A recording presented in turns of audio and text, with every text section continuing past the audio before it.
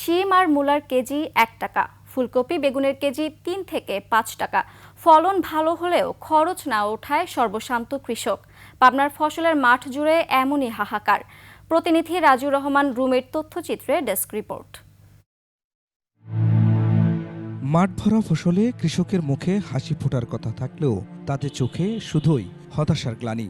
গেল বছর সবজি চাষে লাভবান হওয়ায় এবার চোখ ভরা নতুন স্বপ্নে আরও বেশি পরিমাণ জমিতে সবজির আবাদ করেন পাবনার কৃষকরা। ভালো ফলন আশাও জাগিয়েছিল তাদের মনে, তবে শীতকালীন সবজির সরবরাহ অতিমাত্রায় বেড়ে যাওয়ায় দাম পাচ্ছেন না কৃষক। ক্ষেত থেকে সবজি তুলতেও মন চাইছে না তাদের।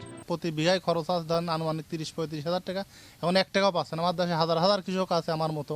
তুলতে যে টাকা খরচ হয় তাতে আমরা তুলতে পারতেছি না। ১ বিঘা জমিতে ফুলকপি, বেগুন বা শিম উৎপাদনে খরচ হয়েছে ৩০ থেকে ৪০ হাজার টাকা, অথচ সেই জমির সবজি বিক্রি হচ্ছে কয়েক গুণ কম দামে।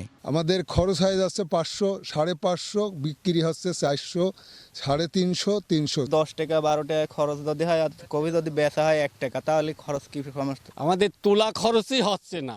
কোন ফসল উৎপাদনে কৃষকের কি পরিমাণ লাভ হবে তেমন পরামর্শ দেওয়ার কথা বলছেন কৃষিবিদরা।